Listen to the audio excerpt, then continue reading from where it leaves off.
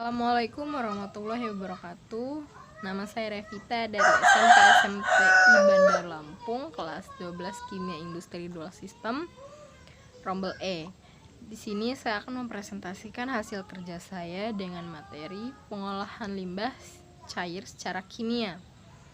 Limbah itu sendiri adalah hasil buangan dari proses produksi baik industri maupun domestik. Pengolahan limbah cair secara kimia biasanya digunakan dalam instalasi air bersih dan IPAL atau instalasi pengolahan air limbah.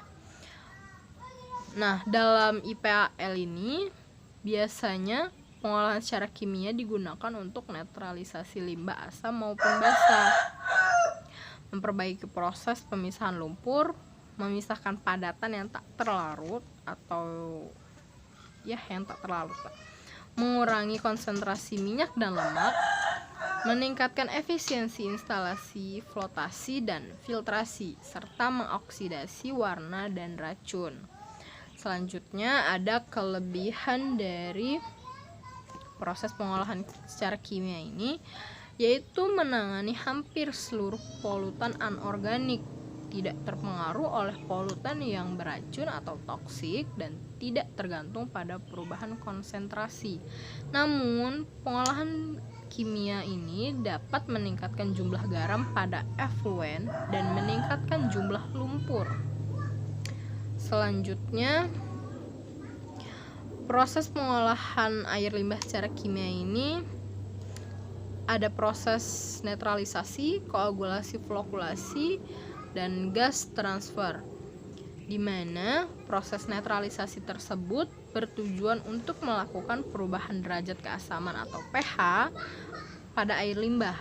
Proses ini dilakukan pada awal proses atau pengkondisian air limbah sebelum dilakukan proses lanjutan atau pada akhir proses, sebelum air limbah dibuang ke lingkungan dalam rangka memenuhi standar baku mutu air limbah, yaitu pH kisaran 6-9.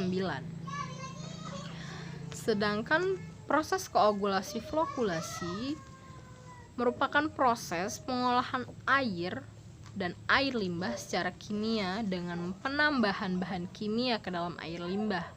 Koagulasi merupakan proses destabilisasi partikel, sedangkan flokulasi merupakan proses penggabungan partikel yang telah mengalami proses destabilisasi.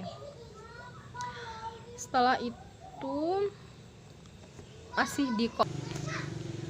masih dalam koagulasi, bahan kimia yang sering digunakan dalam proses koagulasi itu biasanya aluminium sulfat dengan formula Al2SO4 3 kali 18H2O dengan berat molekul 666,7, ferrous sulfat dengan formula FeSO4 7H2O dengan berat molekul 278,0, lime dengan formula CaOH2 kali dengan berat molekul 56 sebagai CaO, ferric chloride dengan formula FeCl3 dengan berat molekul 162,1, ferric sulfat dengan formula Fe2SO4 3 kali dengan berat molekul 400.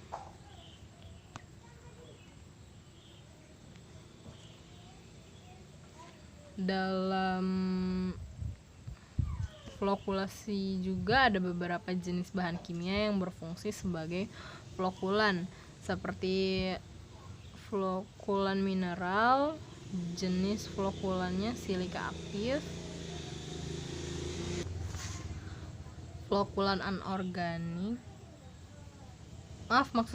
flokulan organik, turunan pati atau pati singkong dan kentang, flokulan sintesis, polyethylene atau imines.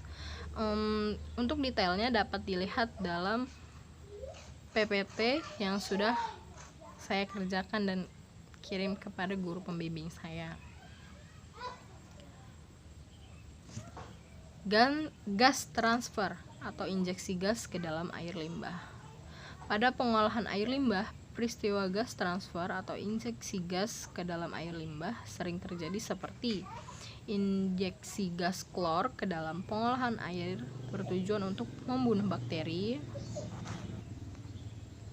injeksi gas ozon ke dalam pengolahan air limbah bertujuan untuk proses oksidasi, dan injeksi udara ke dalam pengolahan air limbah bertujuan untuk oksidasi, menjaga air limbah agar tidak berbau, menjaga kehidupan mikroorganisme atau proses pengolahan air limbah secara biologi.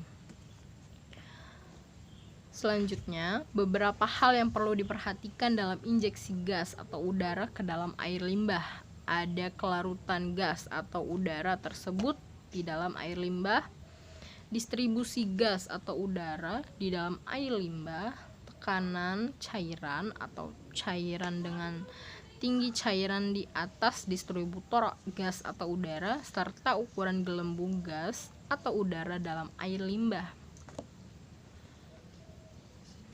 Itu saja yang dapat saya jelaskan, kurang dan lebihnya saya mohon maaf karena saya juga masih dalam tahap proses pembelajaran.